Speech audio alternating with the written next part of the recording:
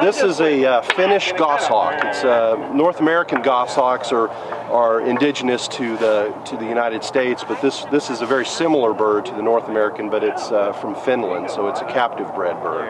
This is Callie. She's a female imprint gyre-saker falcon. She's actually a hybrid. She's a man-made bird. The two birds that she's out of, her father was a black gyre falcon. They're found in like Newfoundland and Norway, and her mother was an Altai saker that's found in the Altai Mountains of Russia.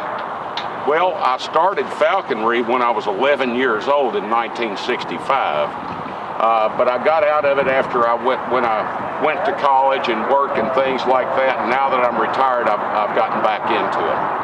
Well, I got into falconry back in the early 80s. In high school, we had what we called a living materials center in the basement of our high school, and it was a bunch of injured wild animals, and they happened to have an injured red-tailed hawk that was there. And when I saw how beautiful it was love at first sight, and it's turned me on to a lifelong sport. But so falconers are only allowed to take wild birds that are immature, because the likelihood is they're not going to make it anyway. And when a falconer takes a bird of prey out of the wild, it really gives them a lease on life.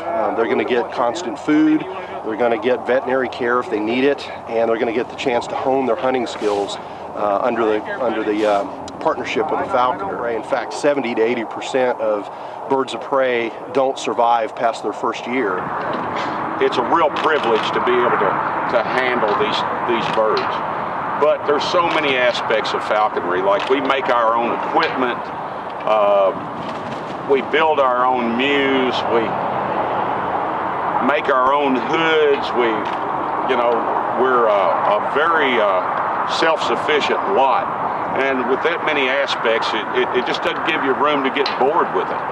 What we do with them is train them to allow us to watch them do what they do in the wild every day.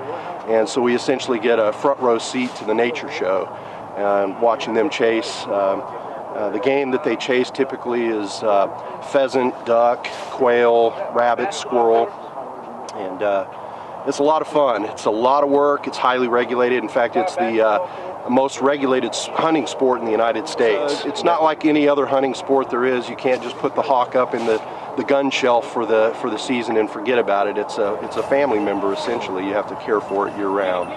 So there's a lot to it. I would recommend that if you're interested in learning more about falconry, go to our website, which is indianafalconersassociation.org. And if you just Google Indiana Falconers, it's the first thing that pops up, and you can learn more about it there. You can also contact the Department of Natural Resources and ask for a packet of information, and they'll be glad to send you information about what's required in terms of legally to be able to have and fly a bird like this. So we really want to caution the public that this is not about having a neat pet. These are not pets. They are wild animals. They're predatory birds, and they have to be cared for under very special conditions. So it's not for everybody, but it sure has added a lot of magic to the lives of those of us who have gotten into the sport. So it's a lot of fun.